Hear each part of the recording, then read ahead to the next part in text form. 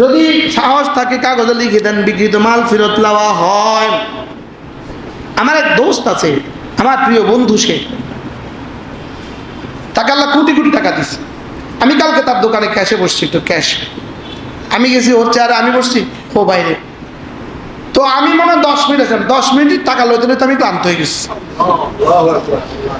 যেই মাল নিতেছে, তার ভাই রিসিভ করতেছে, বিয়ের মাল নিতেছে, সঙ্গে সঙ্গে লিখে বলে দিতেছে কোনো সমস্যা হলে চলে আসবে, এদের পরে বেচা কিনা কোনো সমস্যা হলে চলে আসবে, শাড়ি ছেঁড়া চলে আসবে, কোনো কিছু হলে চলে আসবে। ও খালি এটা বলতে থাকছে। কি জানি কইলাম, বিক্রিত মাল যদি সাহস করে লিখে দিতে পারেন ফেরত আসবে বছরে একবার, বরকত হবে 365 দিনে 365 বার।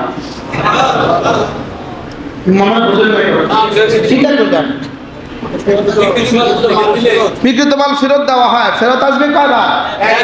একবার, দুইবার, বরকত হবে প্রতিদিন, প্রতিবার। আর যদি দেখেন বারহাল কেউ পারলে এই সুন্নত চিন্তা করবেন যে আমার বিক্রিত মাল আমি ফেরত নেই, পারবেন না ইনশাআল্লাহ? আচ্ছা, হ্যাঁ, বাড়ির বাইরে লিখে রাখে অতিথির গাড়ি বাইরে রাখুন, আমরা এর লাগে এই বাড়ি ঢুকি না। কেউ দাওয়াত দিলে আগে বলি আপনার বাড়িতে কি গাড়ি ঢুকার ব্যবস্থা আছে, নাকি লেখা আছে অতিথির গাড়ি বাইরে রাখুন। আর আমার বাড়িতে আমি লিখে দিব অতিথির গাড়ি ভিতরে রাখুন, নিজেরটা বাইরে রাখুন।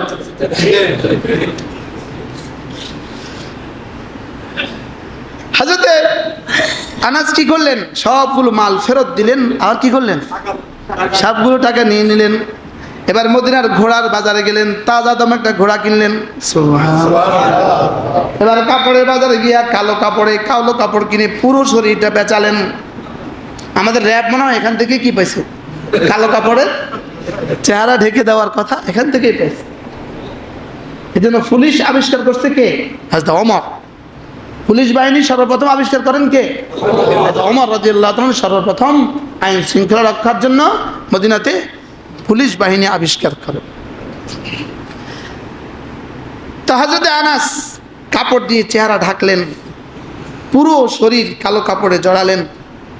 এদিকে সাহাবায়ে কেরাম উহুদে বুহ রচনা করলেন। আল্লাহ রাসূল সাহাবাদেরকে কি করলেন, সারিবদ্ধ করে দাঁড়া করালেন। দূর থেকে একজন ঘোড়ায় চড়ে, দ্রুতগামী ঘোড়ায় চড়ে আসছে।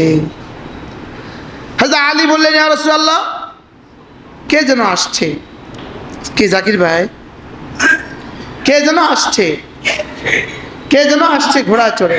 রাসূল বলেন, আলী, যদি দুশমনের কেউ হয় এটাকে মিটাও, তুমি মিটাও, আর যদি আমাদের কেউ হয় তো ঠিক আছে। ইনি এসেই সাহাবাদের সারিতে ঢুকে গেলেন, বুঝা গেছে আমাদের লোক। যুদ্ধ হয়ে গেল, 70 জন সাহাবী শহীদ হয়ে গেলেন। রাসূল করিম সাল্লাল্লাহু তাআলা আলাইহি ওয়াসাল্লাম আহত হয়ে গেলেন। সমস্ত শহাদাদের সারিবদ্ধভাবে লাশ শোয়ানো হলো।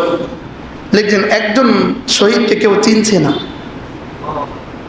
তিনি কালো কাপড়ে সারা শরীর আবৃত, কালো কাপড়ে ঢাকা। ওই সাহাবীকে কেউ শনাক্ত করতে পারছিলেন না তিনি কে।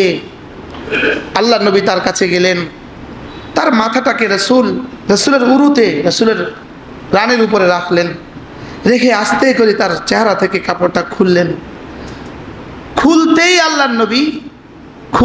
আল্লাহর নবী দেখলেন যে এই সাহাবী ওই সাহাবী যিনি এই রাতে কোথায় থাকার কথা। মদিনায় কেউ তাকে বিয়ে দিচ্ছিল না, আমি তার বিয়ের ব্যবস্থা করেছি। আল্লাহ,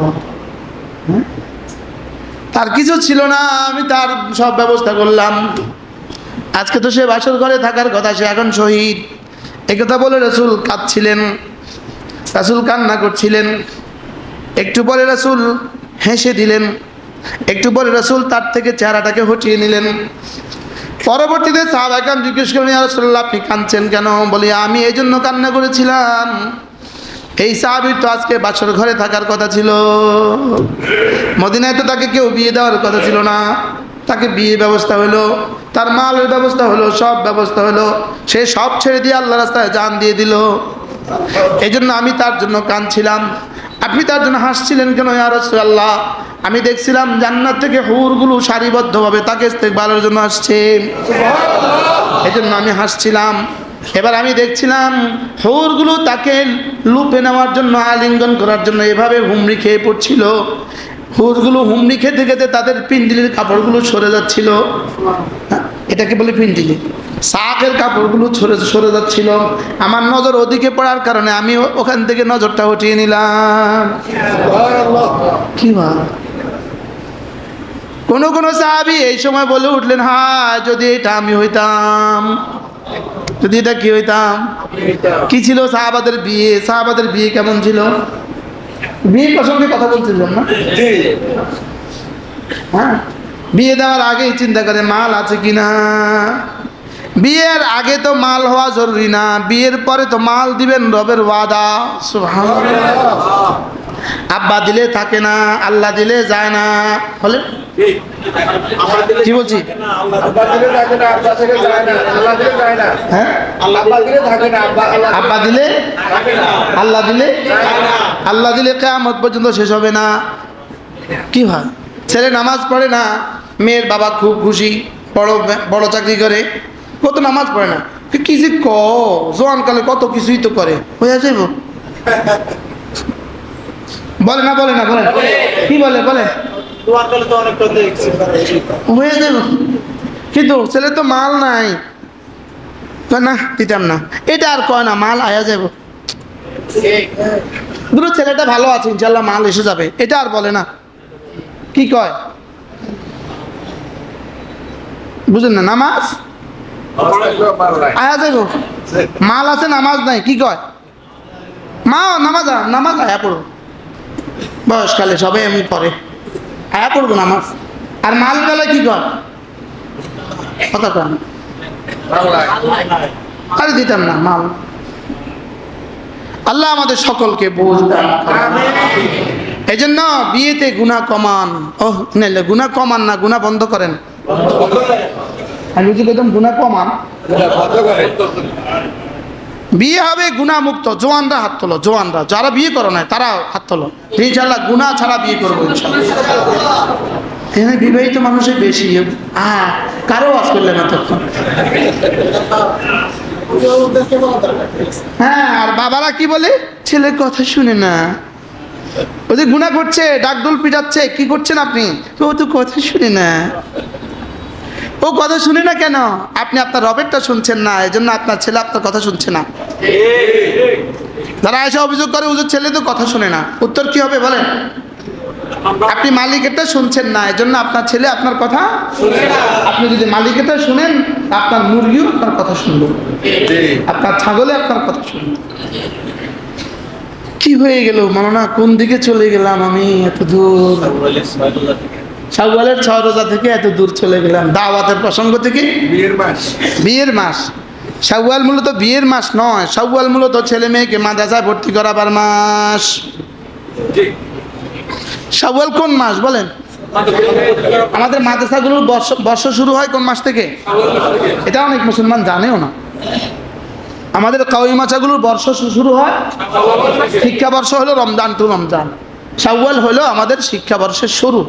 এই জন্য শাওয়ালেই সিদ্ধান্ত নিতে হয়, আমি আমার ছেলে মেয়েকে কি শিখাবো। আমি আমার ছেলে মেয়েকে কি, আমি আমার ছেলে মেয়েকে দিন শিখাবো। বলেন, আমি আমার ছেলে মেয়েকে কি শিখাবো? ছেলে মেয়েকে দিন শিখাবেন, ঠেকবেন না, ঠকবেন না। বলেন, মেয়েকে দিন শিখাবেন, বিয়ে দিতে ইনশাআল্লাহ কোনো অসুবিধা হবে না। আপনি কাগজ দেন, আমি লিখে দিই আপনার মেট্রিক পড়ুয়া মেয়েটা, মেট্রিক পাস করা মেয়েটাকেও যদি কোনো কাওয়ি মাস 3 মাসের লেগে দিয়ে দেন, এই ফলাফলের আগ পর্যন্ত এর বিয়ে দ্রুত হবে। ইন্টারমিডিয়েট পড়ুয়া মেয়েটাকেও যদি কোনো কাওয়ি মাস 3 মাসের জন্য রেখে দেন, রেজাল্ট পর্যন্ত, এর বিয়ে দ্রুত হবে, এর বিয়ে তাড়াতাড়ি হবে। এর বিয়ে কি হবে বলেন? তাড়াতাড়ি। আমাদের কাছে বিয়ে দেওয়ার গ্যারান্টি পত্র আছে, গ্যারান্টি। আমি আমার বাচ্চা ভর্তি করাতে যদি আপনি কন সাহস করি, আমি লিখিত কাগজ দিয়াম, বিয়ের জিম্মাদার আমি, যান। আমার মাদ্রাসা হলো নাফিমির পর্যন্ত মাদ্রাসা, 12-13 বছর বয়স। আর এখানে শুধু লাইন লাগে, হুজুর একটা ভালো মেয়ে আছে আপনার কাছে, হুজুর সরকারি কলেজের প্রিন্সিপালের কাছে কে কবে বলছে স্যার আপনার কাছে একটা ভালো মেয়ে আছে? মনে হয় বুঝেন না।